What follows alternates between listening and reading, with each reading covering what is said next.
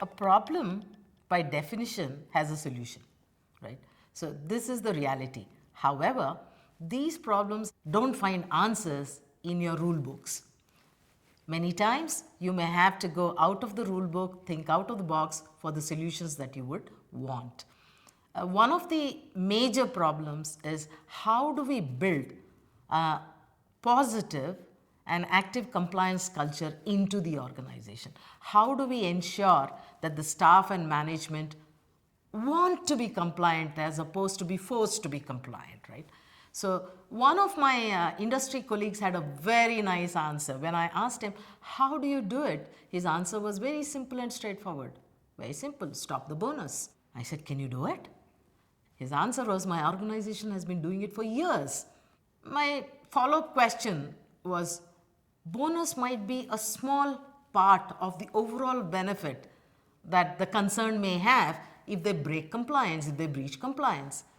The answer then, and when I started thinking about it, there were multiple levels of points that would help deter by this very simple approach of bonus being stopped, especially if it is in the senior echelons of the organization. First, monetary, the kind of bonus that the senior management would have is a significant amount. The second is the publishing of the fact that their bonus has been stopped because there is a compliance breach is a reputation issue. Flowing from that is a third issue where most of these seniors are aspiring to become, let's say, a chief executive officer or a chairman or something higher within the financial services world. And when they do that, a mark which said that their bonus has been stopped because they had breached compliance is going to put an end to that dream. So if you start exploring this very simple, doable suggestion, which definitely I did not find in a rule book, but something that has been done, would help build in this wanting to be compliant as opposed to being forced to compliant. Now, should it always be a stick? No, of course. There should be the other side. Those that are compliant need to be rewarded. And when I say reward, it doesn't mean monetary alone. It is acknowledgement that they have actually been compliant and that has multiplied business by X percentage. And that's a huge statement to make, both for their current aspirations as well as for their future aspirations. The second example is about risk appetite. How does one define a risk appetite for compliance risk? And my industry friends looked at me in horror. How can we give a risk appetite statement for compliance risk? It's zero risk appetite. But is it real?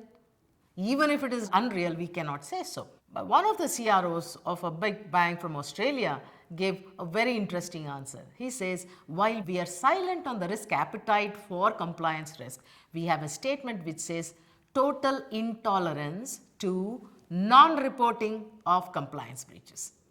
Now that's an interesting variation because what's happening is when it is reported, immediately you will be able to take steps to reduce losses, hold any challenges that might come forward. So these are practical answers.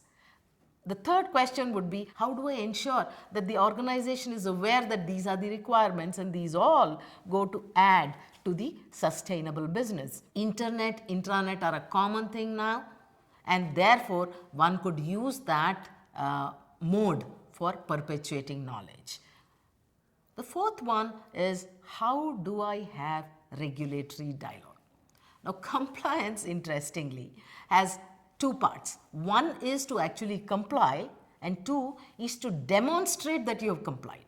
Now, it is in this demonstration part that the challenge occurs because you could be compliant, but if you can't demonstrate, that is where the challenge comes in. There are friends who ask me, there are colleagues who have asked me, it's the same level of compliance in both organizations, but one regulator gives them an A rating and the other gives a B. Why is that?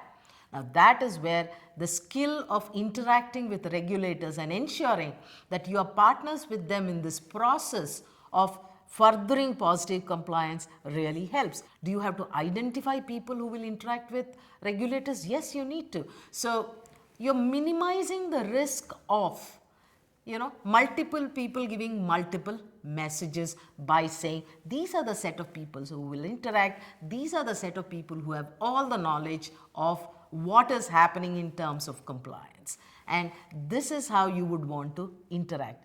Remember, at the end of the day, you and the regulators are on the same side of the table. You're not on opposite sides. And therefore, having this dialogue which helps you communicate this positivism is going to be hugely helpful. What are the practical tips? Train them. Identify a set of role holders. So all of these are practical ways of handling real life challenges in compliance. Some examples.